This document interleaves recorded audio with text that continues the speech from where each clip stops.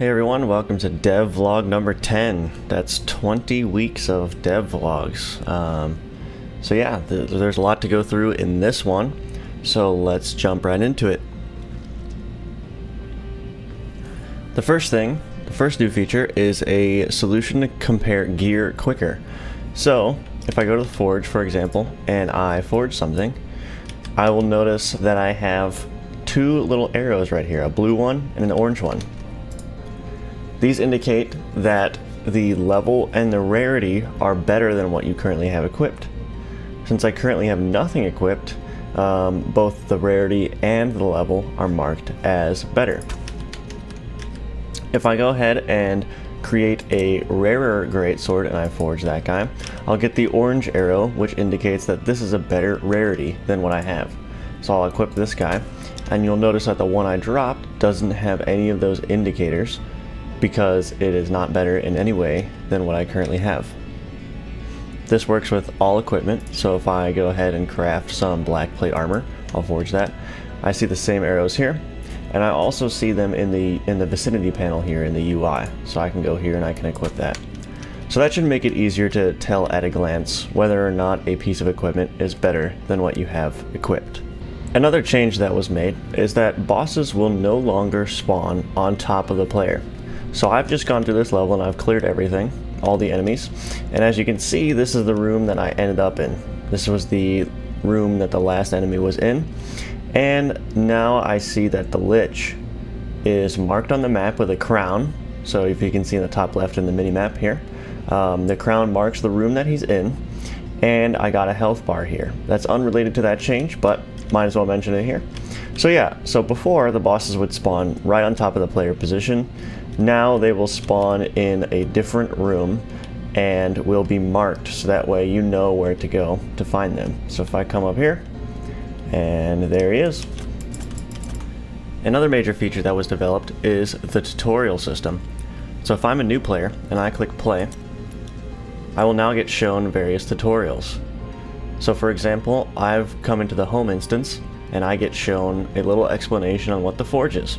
So it'll say, this is the forge, you can craft weapons and armor here. Craft a sword by walking up to it and pressing Z. So I'll click continue, and I'll go up and I'll press my Z key, and normally this would be the only thing available here. I'm in dev mode, so I have everything available, but I'll go ahead and I'll forge this guy. It's a 0 by default for new players and in dev mode. And then I'll get a tutorial that explains equipment that drops on the ground. So then I can equip this guy, and then the portal comes up, and I will be told what the portal does. So this is a portal, walk up to it, and press Z to travel through it. So I'll go ahead and do that.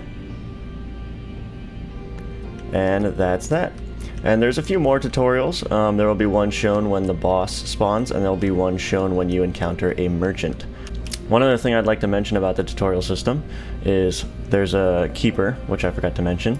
And then there's also a way to reset tutorials. So by default, tutorials won't be shown again to you if you've already seen them, but you can click this button and then all the tutorials will be shown again the next time you encounter them. Okay, so let's take a look at the Trello board. So here's the done column. I'm just gonna go through because I didn't mention a few things here.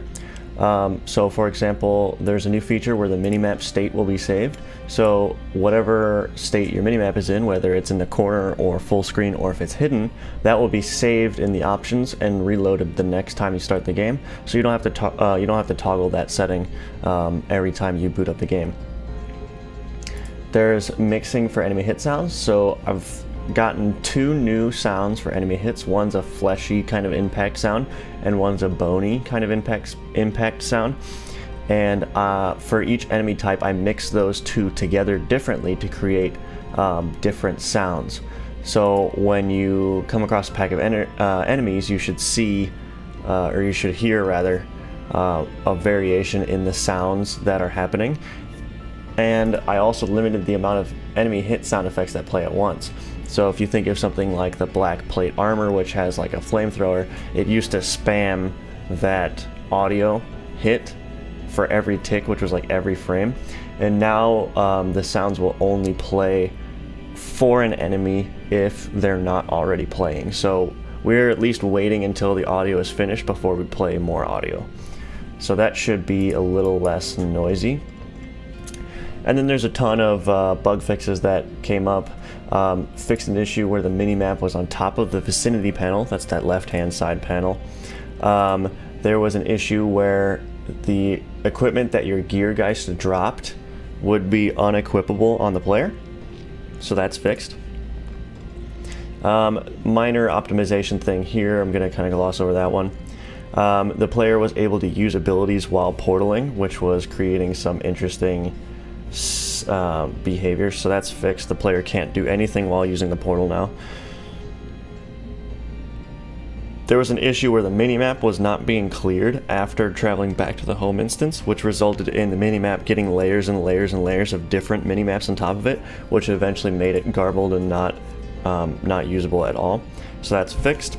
Portals now will disappear a few seconds after the keeper associated with the portal dies. So it's the same style of portal animation where it'll just kind of contract out of existence after the keeper dies. And there was an issue where there's player prompts, so you saw that press Z to do some action. If I were to rebind that Z key to something else, it wouldn't update those prompts. So now those prompts are updated when the keybind is updated. Okay, so that's what was done, basically, in that last 2 weeks of work. In progress, I'm still waiting on the finalized art for the pumpkin boss. Once I get that art, I'll be implementing it and then tweaking the boss's balance a little bit to make him hopefully a little bit more enjoyable to play against. We have some UI polish stuff, so here I want to mention that you may have seen that there's some like new buttons for the menus and stuff. Those aren't actually the new buttons that I'm going to use. I was just basically learning how to use textures for those buttons. So those are still placeholder. Those buttons are not final, so don't worry about that. Finished a couple other UI polish things. So styling, options, submenu controls, added a boss health bar at the top of the screen, which was shown. There's a player icon for the minimap now. It actually shows the Little Knights like profile, basically. Yeah, I think that's it. Still have about 4 things to do for the UI polish. One of those is adding those new button sprites, which I don't yet have. That's coming as part of the work that's including the pumpkin boss. Okay, and so the next up is something simple here. We want to add keybinds to the ability icons. So at the bottom of the screen, we'll just put some text that indicates which key you have bound to that ability. So it'll be like, you know, Q and space or whatever your bindings are. And then player hit feedback. So this is going to be a feature that will let the player know when they've taken damage. What I'm thinking about doing is, so there's going to be some audio feedback, I think, which is appropriate. And then there's going to be probably like a blur shader, like a vignette blur around the screen really quick, like a pulse or something. I'm thinking that will be okay because it'll be subtle enough where it's not too distracting, but it'll also be easily picked up so you know when you're taking damage. And then I was thinking about doing some stuff with the player's health bar to indicate health status. So on low health, maybe the health bar shakes like violently or something like that. Maybe it starts emitting like quote unquote blood particles, things like that. And then in the backlog, we mostly just have polish and bug stuff to fix up. Not too much different from the last dev vlog. Yeah, I think the big one here is game balance. So just doing a thorough approach to the game balance, going through everything. There's going to be a lot of play time for me probably in the next few weeks, just tweaking everything, making it feel good. And then I also want to take another stab at the camera shake, so that way it's not so violent like it was last time. So maybe a more subtle camera shake that's a little bit smoother. Yeah. Alright, so that's it for devlog number 10.